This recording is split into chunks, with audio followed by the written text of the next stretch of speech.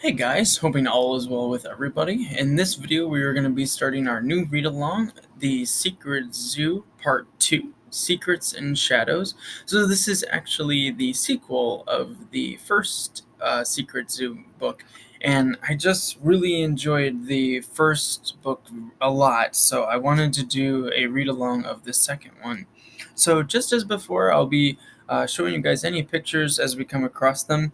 In the Secret Zoo books, there aren't a lot of pictures like images, but there are really like important letters and notes, so I'll definitely be showing those as we come across them as well. But as always, guys, please feel free to follow along, and let's go ahead and get started. I'm going to start with the prelude just as I did in the first Secret Zoo as well. Prelude. The request. You ready for this? Noah's eyes dropped to the note in his hands. He scanned the page and returned his attention to the action scouts. The four friends were huddled on Noah's bedroom floor, sitting cross-legged. They'd just stepped in front of the cold outdoors, so they were still wearing their winter headgear. Richie, his cap with the oversized pom-pom. Ella, her big pink earmuffs. Megan, her sporty fleece headband. And Noah, his red hunting cap that he discovered in the secret zoo. Noah's eyes met Ella's, then Richie's, and finally Megan's. Richie responded with a quick nod, sending shivers through the pom-pom on his cap. Noah held out the note that Marlowe, the tiny kingfisher from the Clarksville Zoo, had delivered to them just minutes ago in their tree fort. He coughed into his fist and began to read. Dear Action Scouts, I am afraid I have regrettable news. In struggle to hunt down the Sasquatches that fled the Darklands, our secret society has met with complete failure. The Sasquatches had hidden in different sectors. We don't know where they are or what they're capable of. I cannot write more about this here to say that there are elements concerning the secret zoo that I have alluded to but never fully explained to you. Tomorrow after school, can you meet with Tank and me in the PizZOOria, the large cafe in the Clarksville Zoo? Tank and I will cross to the outside and await your arrival. Our meeting will be brief. We have a proposition for you. Our only requirement is that you arrive with an open mind. Sincerely, Mr. Darby. And here's the letter that Noah just read to the Action Scouts. Noah folded the note and turned his attention to his friends. Well, he said, what do you make of that? For a moment, no one spoke. At last, Richie said, It sounds like they need our help. Yeah, Noah said, but are we ready to give it? I mean, really give it. It had, after all, been only 2 weeks since Noah's sister, Megan, had been rescued from the secret zoo. I don't know, Richie answered. He pushed up his big eyeglasses. Let's meet Mr. Darby and hear what he has to say. I agree, Megan said. Ella nodded. Okay, said Noah. After school? Tomorrow. Marla will be back in the morning. I'll send our reply then. The scouts stared at one another in silence. Then Noah folded the note and set it on his nightstand. On their dark walk home from Noah and Megan's house, Richie and Ella couldn't stop talking about the note from Mr. Darby. He was the leader of the secret society, a band of humans and animals living side by side in a magical kingdom that existed behind the walls of their local zoo. As the two scouts rushed through their dark neighborhood streets, Ella suddenly halted and swung out her arm, thumping Richie across the chest. Ow! Richie said. What are you? Quiet, Richie. I mean it. In the silent interaction, the two of them stood perfectly still. Ella looked at the dark surroundings. A street in every direction, houses on corner lots, empty cars parked along curbs. I saw something, she whispered. Something moving. Like what? Richie asked with concern. Then a gleam of hope flashed across his face. Like a chipmunk? Ella glanced at him. Someone's watching us. Richie's face sunk with such force that Ella half expected his eyes, ears, and nose to tumble to the ground and lie there like Mr. Potato Head pieces. He kept his voice to a whisper. What? Seriously? Where? Ella directed a finger across the street to a yard whose densely planted spruce trees grew higher than the surrounding telephone poles. A dark blur moved from the shadow of one spruce into the shadow of another. Keeping perfectly still, Ella said, Did you see that? Yes. What was it? After a moment of silence, Ella delivered the simple truth. It was him. Every cell in Richie's body froze. Finally, he said, If by him you mean Mr. Peters checking his mail, then I'm cool with that. But if you're talking about... It's the same guy I saw standing in our neighborhood yard, Richie, the night I woke you up to sneak into the zoo. And it's that same guy Tank was talking about, the man who lives in the shadows. Who is the shadows? Ella recalled their first meeting with Tank, the enormous Clarksville Zoo security guard formerly known as Mr. Pangborn.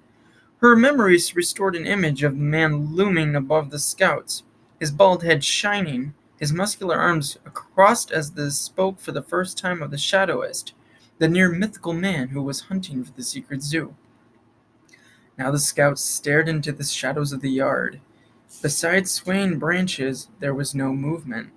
If a man had been there, he was gone now. Come on, Ella said. Let's get out of here. And the two of them did, as fast as they could.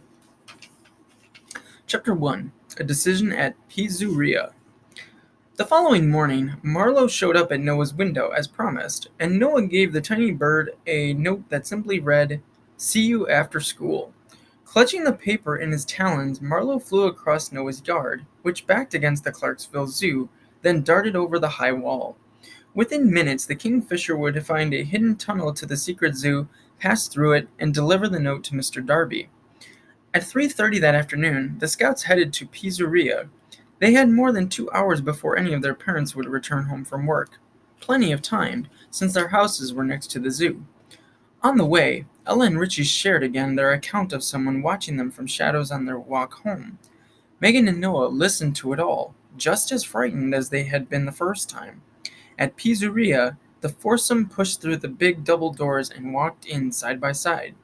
Noah imagined how they must have looked, steadfast and purposeful, like soldiers marching into battle. Tank and Mr. Darby were sitting at a booth. Mr. Darby was drinking something from a plastic concession cup shaped like a hippo. The cup looked out of place against Mr. Darby's long gray beard and serious demeanor. Mr. Darby had traded his usual velvet trench coat for common pants and a sweater. Perched on his nose were his regular sunglasses, concealing his eyes. Tank was eating.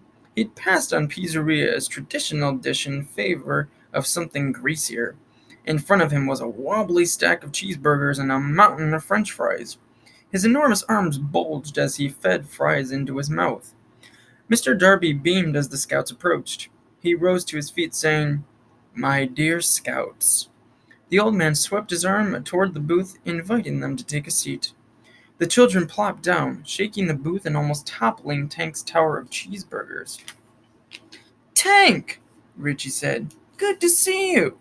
But even better to see your fries. Mind if I... With a wink, Tank said, Help yourself, bub. Noah turned to Mr. Darby and said, Good to see you again.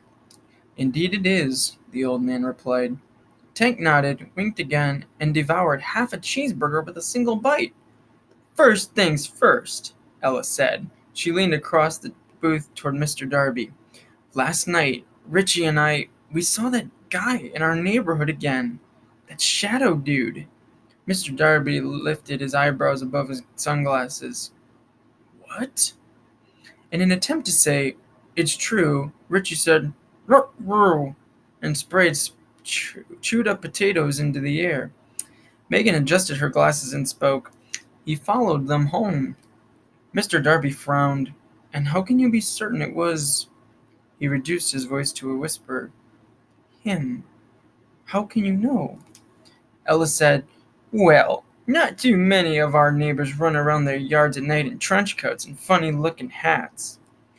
Mr. Darby said nothing, but he and Tank shared an uneasy glance. "I'm full of that," Richie said as he moved in for another sloppy helping of fries. His hand bumped Tank's and seemed puny and pale against the big man's dark-skinned mess of knuckles. "Yeah," Noah said, "I saw it too. If there's any chance that might be in some kind of trouble, you guys need to tell us." "You're right," Mr. Darby said. "You need to know all that we know about the Shadowist. That is certain. However, this is not the time or place, which leads in nicely to why I asked the four of you here."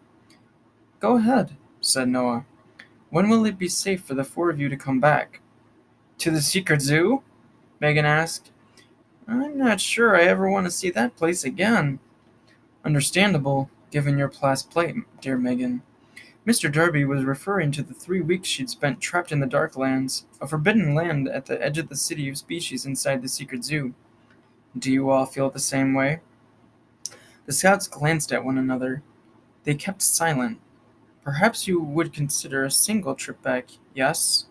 Then we can talk about this matter further. After you cross over, Tank and I will arrange for an escort to see you back safely to the City of Species." "An escort?" Alice said. "Yes. We'll arrange guides to see you across the sector." Knowing the sectors were different regions of terrain inside the secret zoo, Noah asked, "What exhibit do you want us to enter through?" Tank cut in, "Metr-APE-olis. Isn't that what we're thinking, Mr. D?"